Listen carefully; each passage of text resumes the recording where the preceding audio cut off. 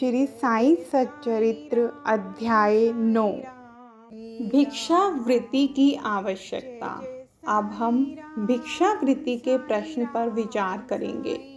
संभव है कुछ लोगों के मन में संदेह उत्पन्न हो कि जब बाबा इतने श्रेष्ठ पुरुष थे तो फिर उन्होंने आजीवन भिक्षावृत्ति पर ही क्यों निर्वाह किया। इस प्रश्न को दो दृष्टिकोण समक्ष रखकर हल किया जा सकता है। पहला दृष्टिकोण, भिक्षावृत्ति पर निर्वाह करने का कौन अधिकारी है। शास्त्रानुसार वे व्यक्ति जिन्होंने 3 मुख्य आसक्तियों कामिनी, कांचन और कीर्ति का त्याग कर आसक्ति मुक्त हो संन्यास ग्रहण कर लिया हो, वे ही भिक्षावृत्ति के उपयुक्त अधिकारी हैं, क्योंकि वे अपने गृह में भोजन कराने का प्रबंध नहीं कर सकते। अतः उन्हें भोजन कराने का भार गृहस्थों पर ही है। श्री साईं बाबा न तो गृहस्थ थे और न वानप्रस्थी, वे तो बाल ब्रह्मचारी थे। उनकी यह दृढ़ भावना थी कि विश्व ही मेरा गृह है। वे तो स्वयं ही भगवान वासुदेव विश्व पालन करता तथा परब्रह्म थे। अतः वे भिक्षा उपार्जन के पूर्ण अधिकारी थे।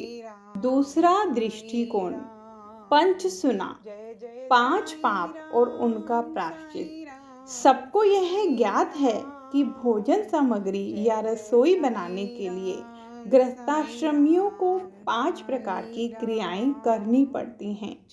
कंडनी पीसना, पेषणी दलना, उंदकुंभी बर्तन मलना, मार्जनी मांजना और धोना, चूली चूल्हा सुलगाना। इन क्रियाओं के परिणाम स्वरूप अनेक कीटाणुओं और जीवों का नाश होता है और इस प्रकार गृहस्थाश्रमियों को पाप लगता है। इन पापों के प्रायश्चित स्वरूप शास्त्रों ने 5 प्रकार के यज्ञ करने की आज्ञा दी है, अर्थात ब्रह्म यज्ञ अर्थात वेदाध्ययन, ब्रह्मा को अर्पण करना या वेद का अध्ययन करना।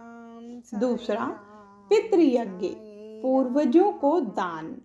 तीसरा देव यज्ञ, देवताओं को बलि। चौथा भूत यज्ञ, प्राणियों को दान। 5वां मनुष्य अतिथि यज्ञ, मनुष्यों अतिथियों को दान।